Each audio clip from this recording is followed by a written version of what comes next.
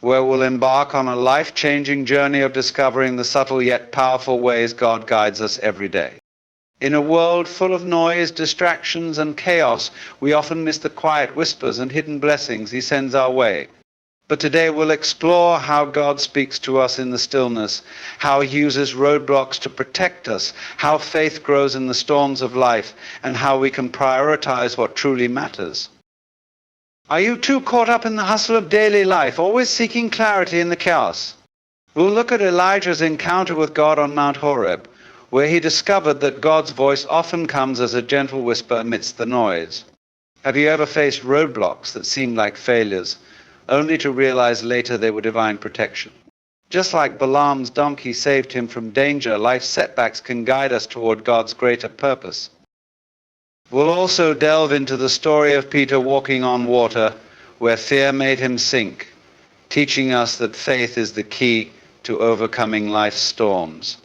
And finally, we'll reflect on Mary and Martha, where Jesus showed us that peace isn't found in doing more, but in sitting at His feet, focusing on what truly matters.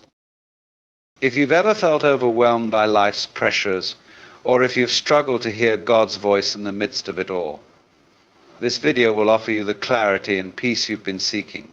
I encourage you to take a moment, slow down, and reflect on the messages shared here today. If you found value in this video, don't forget to like, share, and subscribe. By doing so, you help spread these teachings to others who need them.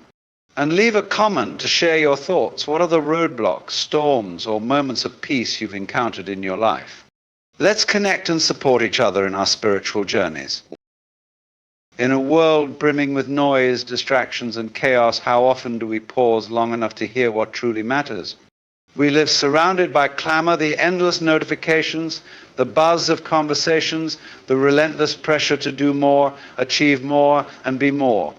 It feels as though the louder the world gets, the harder it is to find clarity. And yet, God does not compete with the chaos. He doesn't shout above the noise. He whispers. His voice is gentle, subtle, and easy to miss unless you make space for stillness. Elijah learned this in a moment of profound desperation. On Mount Horeb, having fled for his life and feeling utterly defeated, he expected God to appear in a mighty wind, an earthquake, or a fire. But God wasn't in the dramatic.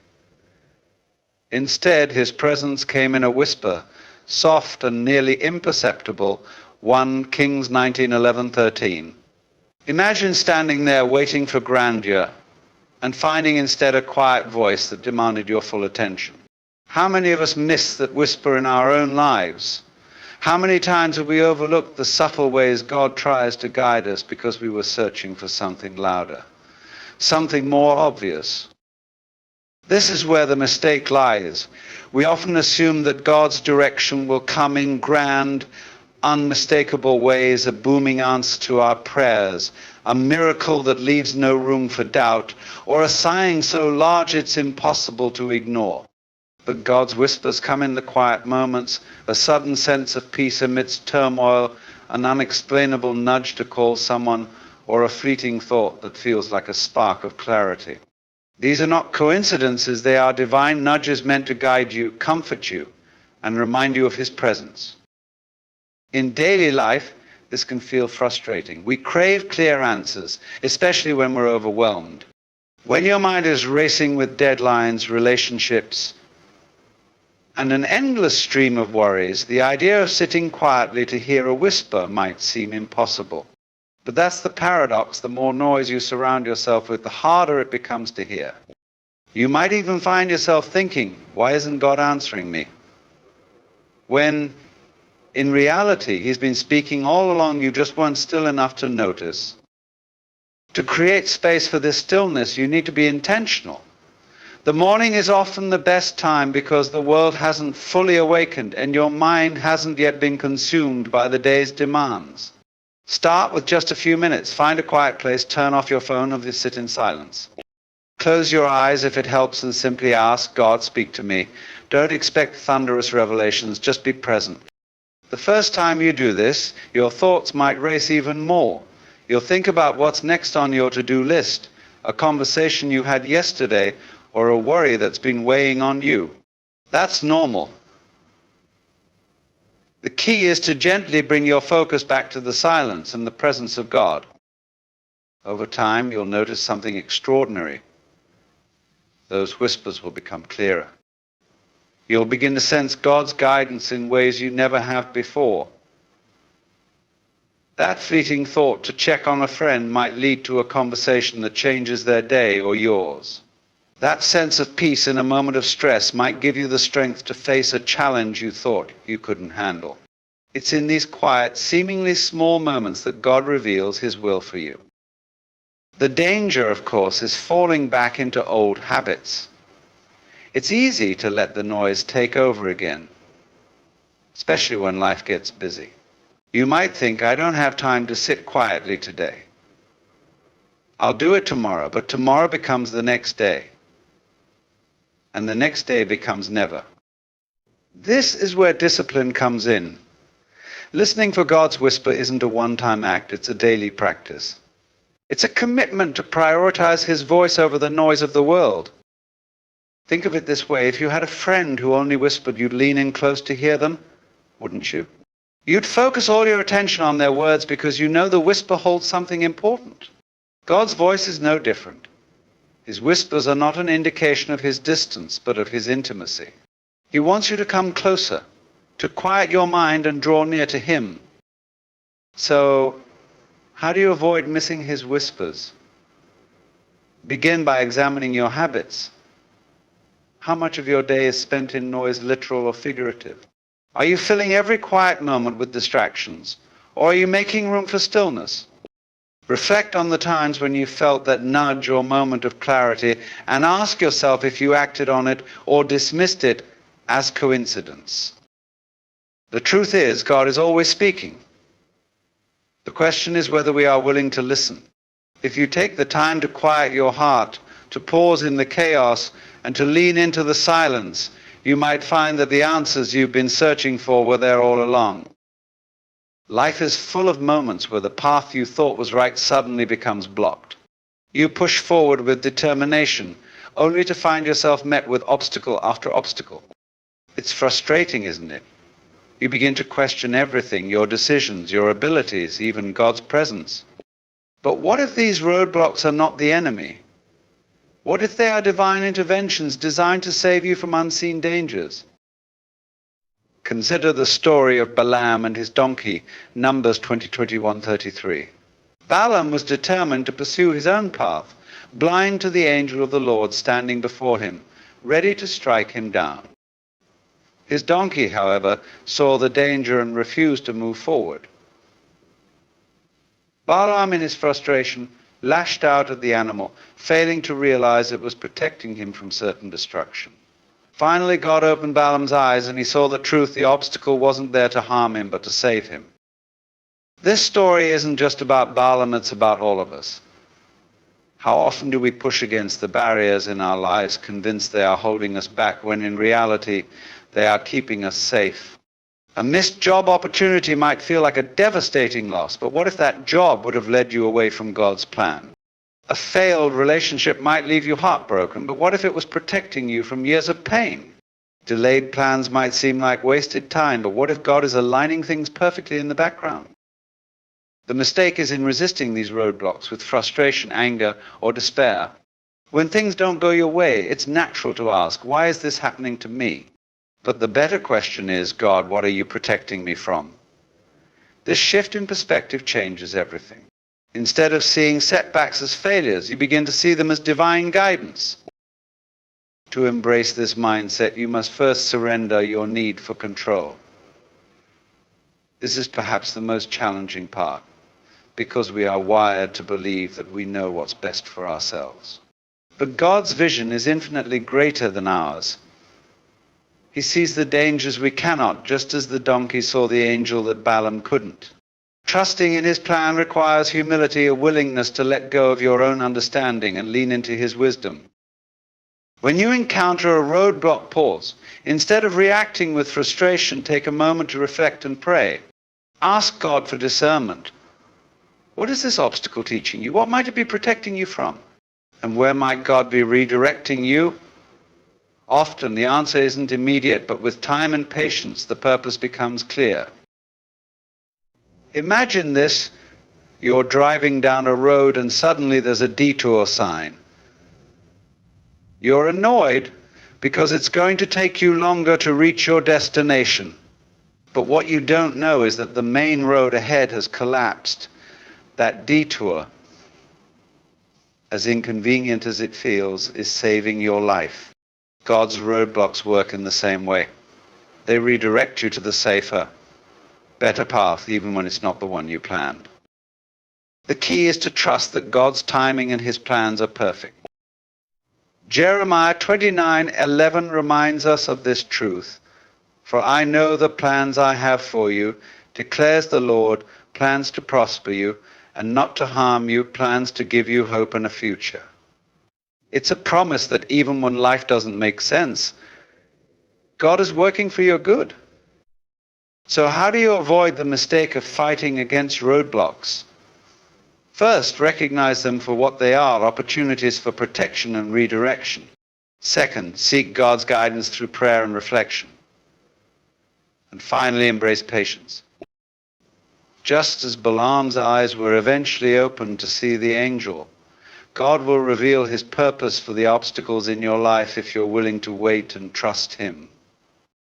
Life's roadblocks are not setbacks, they are stepping stones to the greater purpose God has for you. Trust him, rest in the knowledge that he sees what you cannot. And remember, sometimes the path that feels like the hardest detour is the one that leads directly to his blessings. Faith is a fragile thing, isn't it? We start with bold intentions, stepping out onto the waters of life with confidence, only to feel ourselves sinking the moment the winds rise. The story of Peter walking on water, Matthew 14:22-33, is a powerful example of this. At Jesus' invitation, Peter stepped out of the boat and walked on the water. For a brief, miraculous moment, he defied the laws of nature. But then the storm around him caught his attention. The waves crashed, the wind howled, and fear took hold. Peter began to sink. The storm wasn't just external, it was internal too. The storm in Peter's mind mirrored the chaos around him, and it was this storm, his doubt and fear, that caused him to falter. Isn't that the way it often is with us? Life's challenges arise, and instead of keeping our eyes fixed on God, we let the storm within us grow. Our racing thoughts, fears, and doubts take over, and we begin to sink. In today's world, these storms can look like overwhelming anxiety, relentless overthinking, or the crushing weight of self-doubt. You tell yourself you have to handle everything on your own, navigate the chaos, and somehow keep afloat. The mistake is believing that your strength alone will suffice. Just as Peter couldn't walk on water by his own power, we cannot overcome life's storms without God. But here's the key: Peter didn't drown. Why? Because he called out to Jesus, "Lord, save me," he cried. And immediately Jesus reached out his hand and caught him.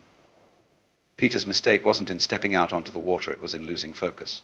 Yet even in his doubt, he turned to the one who could save him. This is the lesson for us. The storms in your life, whether they come as financial stress, relationship struggles, or internal battles with fear, are not meant to drown you. They are opportunities to build your faith. The storm tests your trust in God, but it also draws you closer to him when you cry out for help. The question is, where are you looking in the storm? Are your eyes on the waves and the wind, or are they on Jesus? The mistake is in trying to navigate the chaos alone. Fear whispers that you're sinking, that there's no hope.